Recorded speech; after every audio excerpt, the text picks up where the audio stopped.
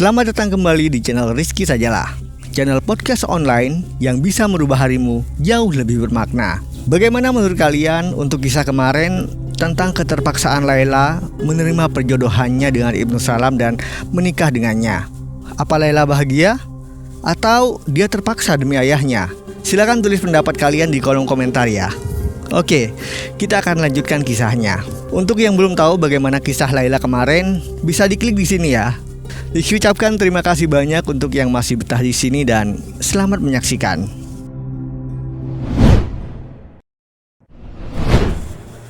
Kehidupan dibangun atas dasar keserasian dan keseimbangan dari seluruh elemennya. Ketika setiap kali keserasian itu terusik, kematian akan bergerak perlahan dan terjadilah hal yang sangat buruk, dan betapapun usahanya untuk menunjukkan kebahagiaan di wajahnya, tak dapat dipungkiri bahwa kematian telah muncul di hati Laila. Dan kini menanti tiba saatnya untuk mengubah jiwanya menjadi sebuah nisan. Kapal malam mengangkut muatan yang berupa bintang yang menyala di langit, sementara matahari mulai membangun tenda keemasan di atas bumi. Pagi telah tiba guys. Ibnu Salam, pria yang paling bahagia, memberikan tanda kepada rombongannya untuk memulai perjalanan kembali pulang. Keledai-keledai serta unta-untanya beranjak pergi dengan kecepatan tinggi karena tak lagi membawa muatan di atas punggung mereka.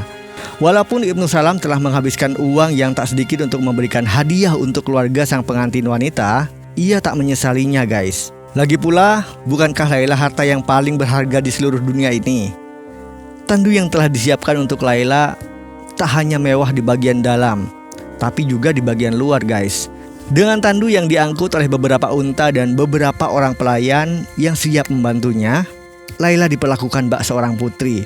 Ia diberitahu bahwa selama perjalanan yang perlu dilakukannya hanyalah menepuk kedua tangannya dan rombongan akan berhenti agar ia dapat turun bareng sejenak untuk sekedar meluruskan kakinya. Hanya dengan batuk, maka es serbat akan disediakan untuk menghilangkan dahaganya. Hanya dengan menguap, maka sebuah pavilion yang terbuat dari kain sutra akan didirikan agar ia dapat tidur. Namun, Laila tak menghendaki semua itu. Ketika akhirnya mereka tiba di perkemahan Ibnu Salam, pria itu menoleh kepada Laila dan berkata, "Sayangku, apapun yang berada di sini adalah milikmu. Seluruh milikku akan menjadi milikmu. Kerajaanku berada di bawah kekuasaanmu." Dan bagaimanakah tanggapan Laila? Tanggapan yang diberikan oleh Laila cukup membuat kebahagiaan Ibnu Salam pudar guys.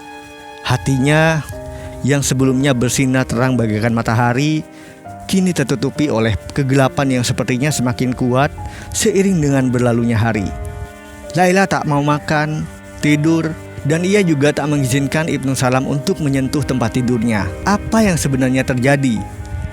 Telah lama Ibnu Salam mengejarnya, dan kini saat kunci dari peti tempat permata indah itu tersimpan telah berada di tangannya, peti itu tampak tak mau terbuka. Penasihatnya terus menyarankan agar ia bersabar dan dapat menahan diri dan berharap. Ia mencoba sebisanya untuk menyenangkan hati Laila dan mencoba untuk bisa memahami mengapa Laila menolak dirinya. Tapi semuanya sia-sia guys. Ia tak dapat membaca pancaran mata istrinya. Yang dapat dilihatnya hanyalah air mata.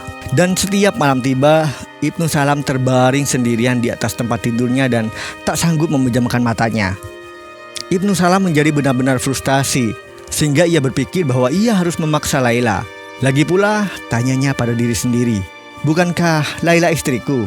Bukankah aku memiliki hak atas dirinya?" Siapa tahu memang itulah yang diharapkannya. Ibnu Salam akhirnya menghentikan usahanya untuk menenangkan hati Laila dengan kebaikan. Ia justru melakukan aksi yang lebih berani. Namun lagi-lagi itu gagal. Dalam usahanya untuk memetik buah, ia hanya menggoreskan tangannya pada duri. Dalam usahanya untuk menikmati manisnya buah, satu-satunya hal yang dapat dirasakannya hanyalah rasa yang jauh lebih pahit dari wormwood. Karena setiap kali Ibnu Salam mencoba untuk menyentuh istrinya, Laila menggigit tangan suaminya dan mencakar wajahnya hingga berdarah. "Aku bersumpah demi Allah, jika kau mencoba melakukannya sekali lagi," katanya sambil menangis guys, "kau akan menyesalinya seumur hidupmu. Apapun yang tersisa dari hidupmu, aku telah bersumpah kepada Sang Pencipta bahwa aku tak akan menyerahkan diriku kepadamu. Kau boleh menggorok leherku dengan pedangmu jika kau mau, tapi kau tak akan dapat memaksaku." Ibnu Salam tak dapat berbuat apa-apa guys, karena sangat mencintai Laila. Ia tak mau melakukan apa yang tak dikehendaki olehnya. Ia berkata kepada dirinya sendiri, meskipun ia tidak mencintaiku, tapi ia kini berada di rumahku. Aku memang bisa melihatnya, tapi aku tak boleh menyentuhnya. Jadi, biarkanlah begitu kenyataannya. Lebih baik aku diperbolehkan untuk melihatnya, tapi tak boleh menyentuhnya daripada tak boleh memilikinya sama sekali. Setidaknya aku dapat memandang kecantikannya setiap kali kuinginkan. Lalu ia berlutut di sisi Laila, meraih tangannya dan dengan rendah hati berkata, "Maafkan aku sayangku. Kumohon, jangan larang aku untuk memandangmu. Aku tak akan meminta lebih banyak lagi, karena hal itu sama saja dengan pencurian dan aku bukanlah seorang pencuri." Meskipun Laila memberikan izin kepada Ibnu Salam untuk memandangnya setiap kali ia ingin, namun tak sekalipun ia bersedia memandang suaminya. Sementara mata Ibnu Salam selalu mencari mata Laila. Namun mata Laila hanya mencari Majnun. Laila selalu mendengarkan bunyi gemuruh angin, berharap angin akan membawa berita tentang kekasihnya.